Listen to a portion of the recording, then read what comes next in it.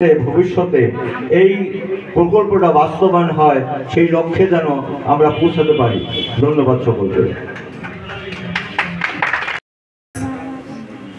থেতরাই দলদলিয়া এই 4 ইউনিট নিয়ে আজকে আমাদের এই আলোচনা সভার সম্মানিত সভাপতি এবং প্রধান সমন্বয়ক এবং উপজেলা বিএনপি নেতৃবৃন্দ, পৌর বিএনপি নেতৃবৃন্দ এবং আমার সামনে উপস্থিত উলিপুর উপজেলার আওতাধীন থেতরাই, গুড়িগাছ, বাজরা, দলদলিয়া বিএনপির নেতৃবৃন্দ, যুবদল, ছাত্রদল, স্বেচ্ছাসেবক দল, তাঁতি দল, কৃষক দল, ওলামা দল, সকল পর্যায়ের নেতৃবৃন্দ, সবার ভিতরে সালাম, আসসালামু আলাইকুম।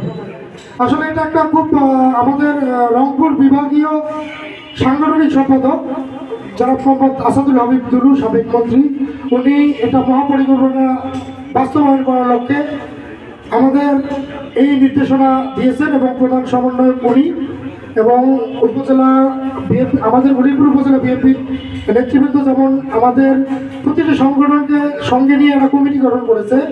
আমি আপনাদের কাছে আশা করবো, ইউনিয়ন বিএনপির নেতৃবৃন্দের কাছে আশা করবো, আপনারা এই পরিকল্পনা বাস্তবায়নের লক্ষ্যে প্রতিটি সংগঠনকে নিয়ে একটা করে কমিটি গঠন নির্দেশনা দেবে আমাদের উপজেলা নেতৃবৃন্দ। কাউকে অবহেলা না করে ছেলে সন্তানের মতো কাছে জড়াই নিয়ে আমাদের এটা মহাপরিকল্পনা, এটা একটা চ্যালেঞ্জিং। আমরা যদি এই সময় এই সুযোগ যদি কাজে না লাগাতে পারি, এটা আমাদের জন্য ব্যর্থতা। তাই আপনাদের সকলকে উদাত্ত আহ্বান জানাবো, সবাইকে নিয়ে ঐক্যবদ্ধ হয়ে আমরা আমাদের এই মহাপরিকল্পনা বাস্তবায়ন করবো ইনশাল্লাহ। আপনাদের সকলকে এ পর্যায়ে কাজ করবো সবাই।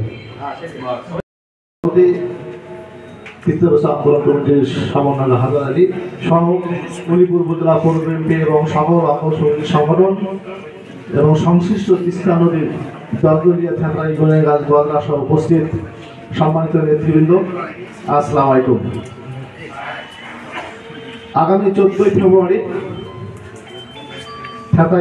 আমাদের সংগ্রাম, আমাদের তিস্তা বাঁচাও যে আমাদের অবরোধ কর্মসূচি হবে, তাহলেই সাকসেসফুল হবে। শুধু বিএনপির লোক দিয়ে এই কমিটি দিয়ে বা আন্দোলন করলেই হবে না। তিস্তা পাড়ের মানুষের লোকদের বোঝানো হবে যে আমাদের সমস্যা তিস্তা নদী, সেটি হচ্ছে যে শুকনাকালে আমরা কোনো পানি পাই না, ভারত সেই পানি প্রতিরোধ করে দেয় না, ন্যায্য হিসা দেয় না।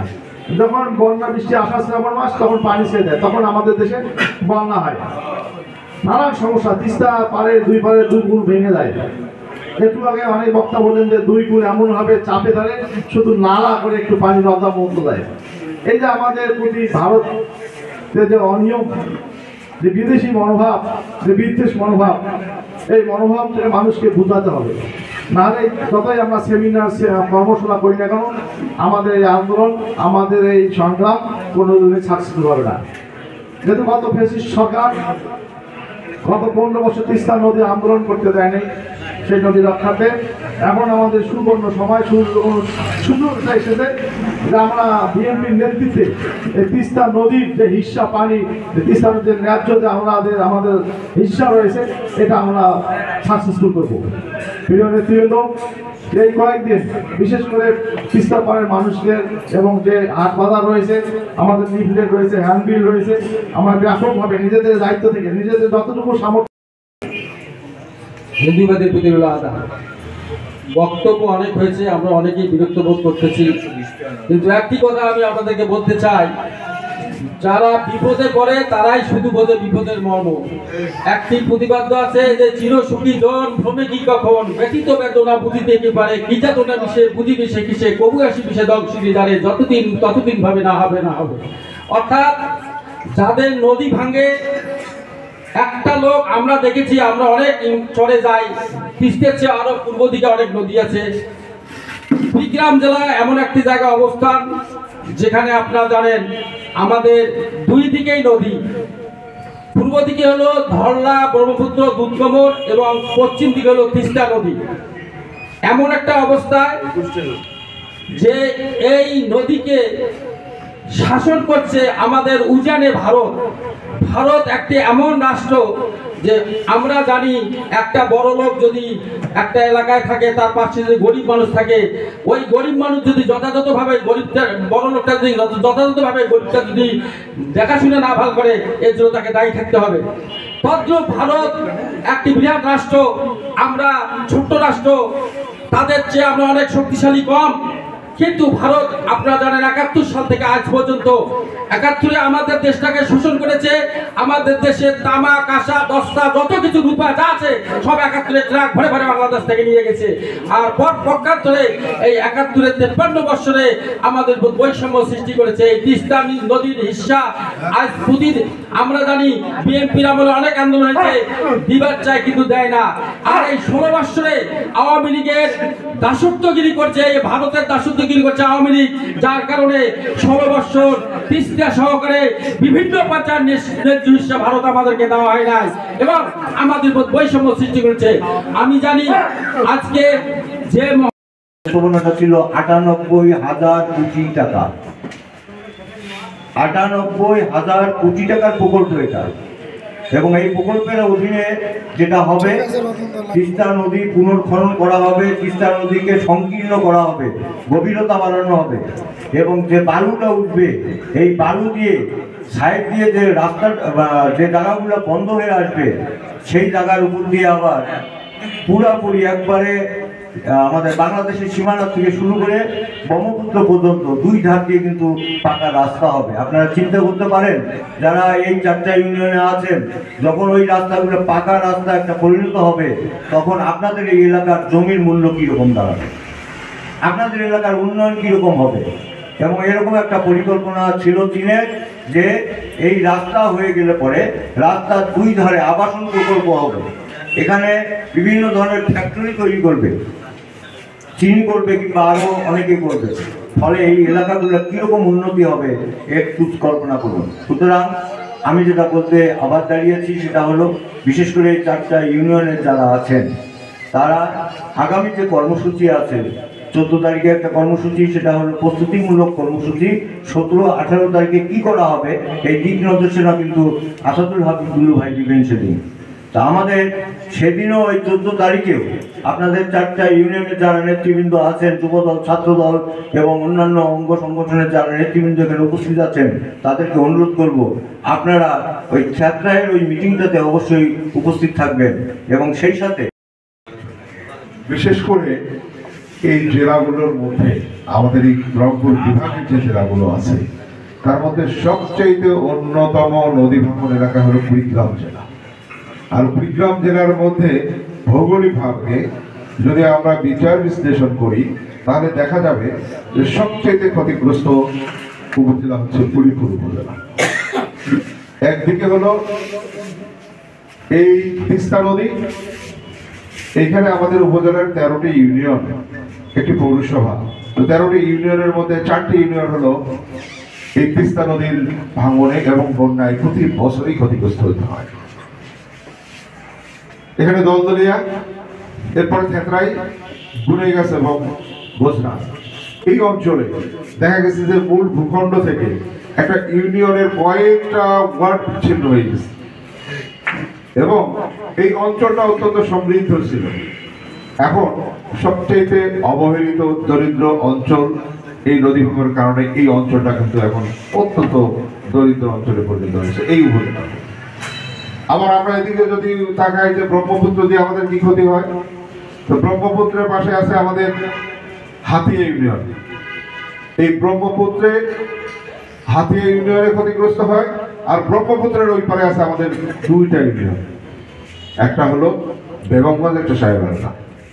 তাহলে এদিকে 4টা, ব্রহ্মপুত্রের জন্য হলো 3টা, কটা হলো 7টা। এই 7টা হলো একদিকে ব্রহ্মপুত্র, একদিকে হলো তিস্তা।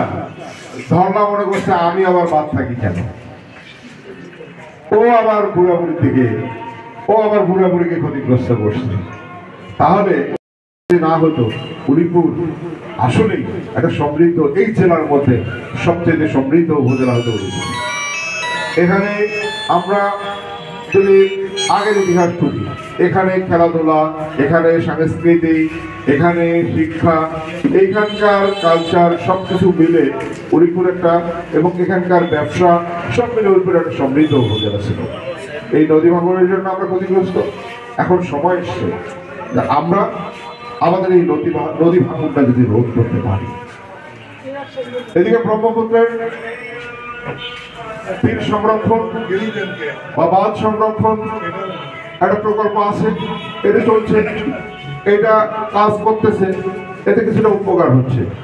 কিন্তু এখন আমরা এই তিস্তার যে দাবি উঠছে, এই তিস্তার দাবি এটা দীর্ঘদিনের। এখন আমি আপনাদেরকে যে কথাটা বোঝাতে চাই যে আমরা এখন কিন্তু ধান লাগাচ্ছি। কিছুদিন আগে এই জমিটা ফাঁকা ছিল, এটা রোদে শুকাইছি, শুকানোর পরে এদিকে বীজ বপন করছি। বীজের বয়সটা যখন 30-35 দিন হয়ে গেছে, এটাকে এখন লাগাইতে হবে। এই জন্য ওই জমিগুলো চাষ করে পানি দিয়ে ওইখানে আবার ওই বীজ নিয়ে আসি এখানে লাগানো হয়েছে। তাহলে 35 দিন আগে এই বীজ তৈরি করা লাগছে, সেই বীজ নিয়ে আসি আবার এখন ধান লাগানো হচ্ছে। এটা আবার 3 মাসের জন্য অপেক্ষা করতে হবে, 3 মাস পরে ধান কেটে দিতে হবে। আমাদের এই প্রোগ্রামটা, আমি যেটা বলতে চাই, এই প্রোগ্রামটা বিএনপি বাস্তবায়ন করবে। এইটা বাস্তবায়নের লক্ষ্যে কিছু পদক্ষেপ গ্রহণ করতে হয়, কিছু দাবি দেওয়া উঠাইতে হয়। যদি মায়ের কোলে সন্তান না কাঁদলে সে সন্তানও খেতে পারে না। মা বোঝে যে সন্তান কান্না করতেছে এবং খাওয়াইতে হবে, তখন না খাওয়ায়। আর যতক্ষণ চুপ থাকে জানে যে ওর ক্ষুধা নেই, সমস্যা নেই। তো এখন আমাদের দাবিটা যদি আমরা উত্থাপন করতে না পারি, আমরা যদি এটার পক্ষে যদি জোরালো যদি একটা আন্দোলন বা একটা কর্মসূচি দিতে না পারি, এটা যদি আন্দোলন করতে না পারি, তাহলে কিন্তু এটা বাস্তবায়ন দেরি হবে। কিন্তু আমরা এটা এখনই চাচ্ছি যে আন্দোলনটা আমরা বেগবান করব। এখন থেকে এটা প্রক্রিয়া শুরু হবে, বিএনপি পাওয়ার আসবে, এই প্রকল্প বাস্তবায়ন করবে। এটা বিএনপির জন্য একটা মেগা প্রকল্প। এটা আমরা অনেকেই জানি, অনেকে জানি না যে শহীদ প্রেসিডেন্ট জিয়াউর রহমান ওই সময় তিস্তা ব্যারেজ করছিলেন। একজন মানুষ, উনি কিন্তু বিজ্ঞানী না, উনি কিন্তু বড় ইঞ্জিনিয়ার না, কোনো ডাক্তারও না, উনি কিন্তু মহা ওইরকম কোনো পণ্ডিতও না। কিন্তু জিয়াউর রহমান চিন্তা করছিল যে এই তিস্তাকে নিয়ে কি পরিকল্পনা করা যায়, এই পানিকে নিয়ে কি পরিকল্পনা করা যায় বাংলাদেশে। উনি একটু চিন্তা করছিল পানি নিয়ে কি পরিকল্পনা করা যায়। ওনার চিন্তা ছিল এই তিস্তা ব্যারেজটাই করা হয়েছিল যে যখন বন্যা, এখন যে এই ইরিগেশনটা করতেছি, এটা আমরা এখন পানি নিচ্ছি কিন্তু ইয়ে থেকে, মাটির নিচ থেকে। এতে করে আস্তে আস্তে পানির লেভেলটা নিচের দিকে চলে যাবে। একটা সময় আসবে, যদি আমরা খুলনায় বসবাস করতাম না, চিটাগাঙ্গে বসবাস করতাম, তাহলে বুঝতাম যে কাপড় কাচা পানিটা কোথায় পাওয়া যেত, খাওয়ার পানি তো দূরের কথা। আজকে যে অঞ্চলে বসবাস করি, এখানে মিঠা পানি আর এখানে পানির কোনো ঘাটতি নাই। এই জন্য কিন্তু পানি সম্পর্কে আমাদের ধারণা খুবই কম।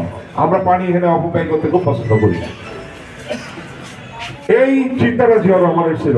জিয়াউর রহমান চিন্তা করছে আজকে ঢাকা শহরে একটা টিউবওয়েল বসন্ত দেখি কত ফিট লাগে, দেখেন না পারেন নাকি। 1000 থেকে 1200 ফিট গভীরে যেতে হবে একটা টিউবওয়েল স্থাপন করার জন্য, তারপর হয়তো পানির লেয়ার পাওয়া যাবে। জিয়াউর রহমান ওইটা চিন্তা করছে যে যদি এই ব্যারেজটা উত্তরাঞ্চলে করা যায়, তাহলে উত্তরাঞ্চল মানে বাংলাদেশের মানুষ হচ্ছে আমাদের 70% হলো কৃষির উপর নির্ভরশীল। কৃষিকে বাঁচাইতে পারলে দেশ বাঁচবে, এটা বাংলা, এটা জিয়াউর রহমানের থিওরি ছিল। সেই জন্যই উনি এই তিস্তা ব্যারেজ করছিলেন যে এইবারে যে বন্যার সময় যখন নদীতে পানি বেশি হবে, যখন ওই পাঁচটা বাঁধ থেকে পানি ছেড়ে দিবে, আমরা সেই পানিটা সংরক্ষণ করব। এটা যেন ক্যানেলের ভিতরে রাখতে পারি, এটা যেন আবার বন্যায় পরিণত হয়ে মানুষের জন্য ক্ষতি না করে, ফসলি জমির জন্য ক্ষতি না করে, মানুষের ঘর বাড়ির জন্য ক্ষতি না করে। সেই জন্য জিয়াউর রহমান এই ব্যারেজটা কিন্তু তৈরি করছিলেন।